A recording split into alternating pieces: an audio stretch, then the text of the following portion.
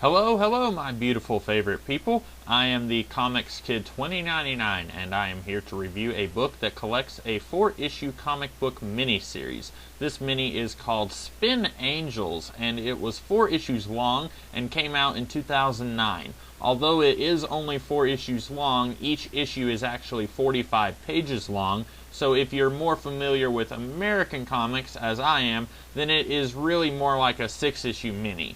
This mini was from Soleil, which was a European indie company that briefly was allied with Marvel Comics, but has since broken ties with Marvel in some way that I don't entirely understand.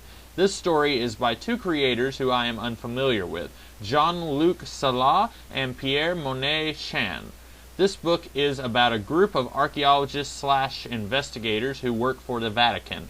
They are on a mission to find out something about the Holy Grail, and pretty much from page 1 there is interference from some evil military type group of people. We find out that the Vatican itself is trying to stop these guys from discovering the truth about something. Sadly, we never really get to know the truth that the church is trying so hard to cover up, and neither do our heroes. After our investigators lose one of their men, they take on a mafia guy who is actually the son of one of our investigators, unknown to both of them. And that's basically it. The book really feels more like a pilot episode where the series itself does not get picked up. The end of the book even advertises the next book, Eternity Is Not Enough, which, as far as I know, never actually happened. There is still mysteries that were never resolved and conflict that has not concluded even on the last page of this book. So this is something to keep in mind if the material here sounds interesting to you, which this material is not interesting to me. I think I've said this before, but stories that are science fiction-y and fantasy based are the ones that are much more likely to catch my eye than stories that are air quotes realistic. I actually bought this book thinking that it was Freak Angels by Warren Ellis, or at least I thought the concept of Freak Angels was the concept of Spin Angels. It's an easy mistake to make, really. So when I came in, I was admittedly disappointed that this wasn't what I was looking for. But sometimes that doesn't have to be a tragedy. This could have still hooked me and been an interesting read, even if it wasn't what I wanted to read at first. But it wasn't. Do you remember in Indiana Jones and the Last Crusade, the scene where Indiana and Donovan talk about the history of the stone marker and they discuss history a little bit? That scene represents roughly 1/50th of the entire movie. Now imagine if that kind of scene with discussion about obscure religious figures and hidden movements and stuff was 95% of a story like Spin Angels, and the action that moves the story was the remaining 5%. I don't feel like I'm exaggerating here. I'm not the kind of person that thrives on mindless action with no substance. I have to have a little bit of substance so that I can feel like what I'm watching or reading is worth my time.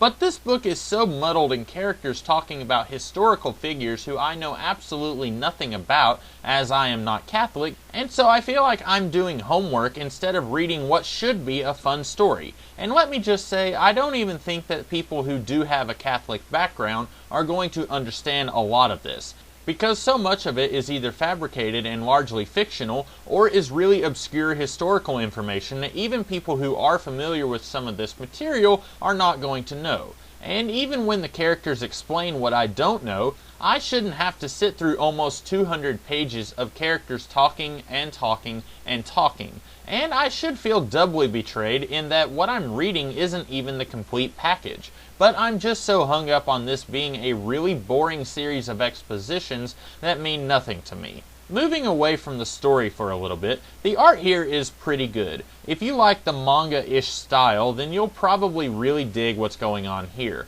A few of those things that you typically see in manga and anime do show up here. A character is nervous, the single gigantic drop of sweat shows up on their face. When a character from off-screen is talking, you see a sorta chibi version of their face in the speech bubble to indicate who is speaking. We even have what I like to think of as manga characterizations, where the mafia bodyguard isn't just stupid, he's extremely stupid. When he kisses one of the investigators, she's not just mad, she's absolutely livid. This to me is kinda lazy. It acts as shorthand to show audiences how these characters act, and that is supposed to show us, okay, this is who and what this character is about. But at the end of the day, I don't really know anything about Sophia other than she's kinda bookish. Angelo is kinda sexist and is a hitman. It's a quick and easy way to show us stuff that is pretending to be more character developy than what it actually is. Like I say, it's really just kinda lazy. Overall, I cannot safely recommend this book. It's not as blasted awful as some of the other stuff that I've read in the past, but it's definitely not good enough to buy. It's really not even good enough to check out of your local library either. If you like the Da Vinci Code, which I have not seen or read, then you might like this book. But I have to think that this book is slower and not paced as well as the movie or the book The Da Vinci Code. So anyhow, I hope this review was helpful for you folks. If not, I apologize. Maybe my next video will be better. If you did enjoy this video, feel free to like, share, comment, and subscribe. And do all of those other things that you like to do on YouTube videos. I will try to be back tomorrow with some other kind of video. Until then, have a great day.